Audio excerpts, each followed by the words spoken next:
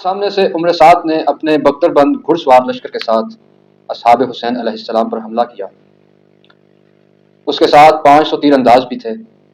تیر اندازی کی شدت کی وجہ سے اصحاب حسین علیہ السلام کے گھوڑے زخمی ہو گئے، جس کے بعد اصحاب باوفا نے پیادہ اس بہت بڑے حملے کا سامنا کیا اور بالآخر عمر سعد کو بھی پہلے 2 حملوں کی طرح رسوائی کا سامنا کرنا پڑا۔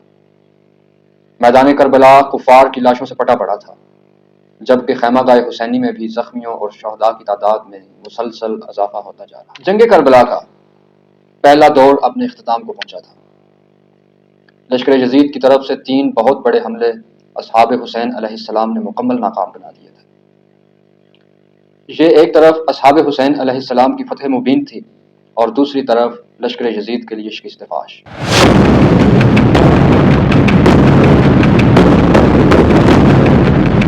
السلام علیکم خواتین و حضرات، آپ دیکھ رہے ہیں شہدائے کربلا کا مختصر تعارف۔ جب لشکر یزید نے دائیں بائیں اور سامنے سے شدید اجتماعی حملوں کے باوجود شکست فاش کا سامنا کیا تو پھر یہ جنگ انفرادی زور آزمائی کی صورت اختیار کر گئی، لیکن یہ انفرادی زور آزمائی بھی کسی وقت اجتماعی حملوں اور اجتماعی جنگ میں تبدیل ہو جاتی تھی۔ حر علیہ السلام ایک شریف اور بااثر خاندان کے چشم و چراغ تھے۔ آپ علیہ السلام ابتدا میں لشکر یزید کے ایک کمانڈر تھے اور آپ کو 1000 لشکر کی کمان دے کر حسین علیہ السلام کا راستہ روکنے کے لیے بھیجا گیا تھا۔ قصہ مختصر کہ جب 10 محرم الحرام کی صبح نمودار ہوئی تو حر علیہ السلام نے فیصلہ کیا کہ وہ فوج حسین علیہ السلام میں شامل ہو جائیں گے، اور پھر حر علیہ السلام خاموشی سے فوج حسین علیہ السلام میں شامل ہو گئے۔ آپ علیہ السلام نے اپنے گزشتہ رویے کی معافی مانگی اور اذن جہاد طلب کیا۔ امام علیہ السلام نے آپ کو اذن جہاد عنایت فرمایا تو حر علیہ السلام میدان جنگ میں اترے۔ اس انفرادی جنگ میں حسین علیہ السلام کی طرف سے سب سے پہلے حر علیہ السلام ہی میدان جنگ میں اترے۔ میدان کربلا میں لشکر یزید کی تعداد مختلف روایات میں مختلف بیان کی جاتی ہے۔ سب سے کم روایت 30,000 کے لشکر کی ہے، جبکہ زبان زد عام روایت 9 لاکھ کے لشکر کی بھی ملتی ہے، جو کہ قرین قیاس بھی ہے، جبکہ افواج حسینی کی تعداد کم و بیش 150 کے قریب تھی اور اس 150 میں بوڑھے اور بچے بھی شامل تھے۔ حر علیہ السلام نے میدان کربلا میں اترنے کے بعد دشمنوں کو للکارا اور اپنی بہادری اور جوانمردی کے جوہر دکھانے لگے۔ آپ نے اپنے ابتدائی حملوں میں لگ بھگ 50 دشمنوں کو تہہ تیغ کر دیا تھا۔ آپ ابھی جنگ میں مشغول تھے کہ ایوب ابن مشرا نامی شخص نے آپ کے گھوڑے کے پیٹ میں تیر مارا، جس کی وجہ سے آپ علیہ السلام کا گھوڑا بے قابو ہو گیا اور آپ پیادہ ہو کر لڑنے لگے۔ پھر کچھ ہی دیر بعد اچانک حر علیہ السلام کا وہ نیزہ جس سے وہ دشمن کو روکے ہوئے تھے وہ بھی ٹوٹ گیا، تو حر علیہ السلام نے اپنی تلوار کو نیام سے نکالا اور ایک بار پھر دشمن پر قہر بن کر ٹوٹ پڑے۔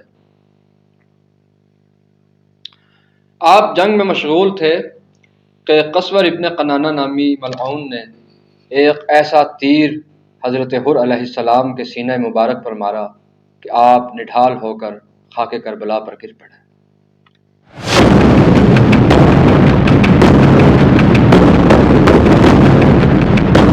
امام حسین علیہ السلام حر علیہ السلام کے جسد اقدس پر پہنچے تو اس وقت حر علیہ السلام شدت تکلیف سے ایڑیاں رگڑ رہے تھے۔ امام حسین علیہ السلام نے حر علیہ السلام کا سر اٹھا کر اپنی گود میں رکھ لیا اور حر علیہ السلام نے اپنی آخری سانسیں امام حسین علیہ السلام کی گود میں پوری کی۔ حضرت حر علیہ السلام کی شہادت کے بعد آپ کے غلام قرہ اور پھر آپ کے بھائی مصعب علیہ السلام نے بھی اس معرکے میں شہادت پائی۔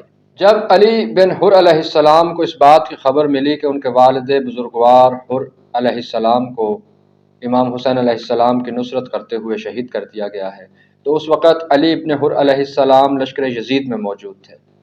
آپ نے اپنے گھوڑے کو پانی پلانے کا بہانہ کیا اور لشکر یزید سے نکل کر خیام گاہ حسینی میں جا پہنچے۔ خیام گاہ حسینی میں پہنچنے کے بعد آپ نے اپنے شہید والد بزرگوار کے قدموں کو اپنی آنکھوں سے لگایا اور پھر امام حسین علیہ السلام سے اذن جہاد طلب کیا۔ علی بن حر میدان جنگ میں اترے اور انتہائی خون ریز معرکے کے بعد بہادری اور شجاعت کے ساتھ شہادت کے عظیم منصب پر فائز ہو گئے۔ اس کے بعد قاصد بن زہیر، مقصد بن زہیر اور قرطوس بن زہیر علیہ السلام تینوں سگے بھائی امام حسین علیہ السلام کی نصرت کے لیے میدان کربلا میں اترے، اور ایک شدید خون ریز معرکے کے بعد ان تینوں بھائیوں کو اکٹھا ہی شہید کر دیا گیا۔ کنانہ بن عتیق جو کہ لشکر یزید کے ساتھ کربلا میں آئے تھے اور بعد ازاں فوج امام حسین علیہ السلام میں شامل ہو گئے تھے، آپ میدان جنگ میں اترے اور آپ نے جوانمردی اور بہادری کی عظیم مثال قائم کی۔ شدید اور خون ریز معرکوں کے بعد آپ شہادت کے عظیم منصب پر فائز ہو گئے۔ عمر بن سبیکہ، آپ علیہ السلام بھی لشکر یزید کے ساتھ آنے والوں میں سے تھے، لیکن بعد ازاں آپ بھی امام حسین علیہ السلام کی فوج میں شامل ہو گئے اور یوم عاشورہ شہادت کا جام پی کر حیات ابدی کو حاصل کر لیا۔ اسی طرح اسحاق، جن کا لقب زرغامہ بھی ہے، آپ علیہ السلام حضرت علی علیہ السلام کے مشہور سپہ سالار اور ساتھی حضرت مالک اشتر علیہ السلام کے بیٹے ہیں۔ آپ بھی لشکر یزید کے ساتھ کربلا میں تشریف لائے تھے، لیکن بعد ازاں فوج حسین علیہ السلام میں شامل ہو گئے اور روز عاشورہ میدان جنگ میں اترے۔ اسحاق علیہ السلام نے شدید حملوں میں 500 دشمنوں کو قتل کیا اور اس کے بعد شہادت کے عظیم منصب پر فائز ہو گئے۔ اسی کے ساتھ اجازت دیجیے، اگلی قسط میں دوبارہ ملاقات ہوگی۔ اللہ حافظ۔